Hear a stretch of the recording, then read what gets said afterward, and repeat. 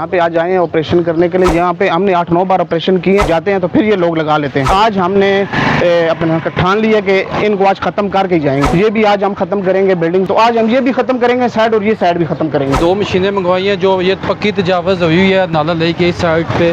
ये देखिए ये बैंस खड़ी हुई है, ठीक है। अगर हम इसको इधर से जो है ना हटाते हैं, ठीक, इनको कहते हैं कि इधर से खत्म कर दो, ये जो उठा के इधर ले आते हैं, ये एक ड्रामा है बेसिकली, ठीक है। आज हम इसको बिल्कुल खत्म करेंगे, FIR भी देंगे इनके, FIR देंगे, और इनके जो भी लाइन से बाहर हैं सब खत्म करेंगे। इस साइड पे देख लें, इस साइड पे भी ये माल रखते हैं, ये इन्होंने बकायदा जो अपने जगह बनाई हुई है सारी। ये इन्होंने 4 दीवारी कार के लकड़ियों की ना यहाँ पे मुर्गियां वगैरह रखी हुई थी। अभी इन पे मैंने FIR देनी है।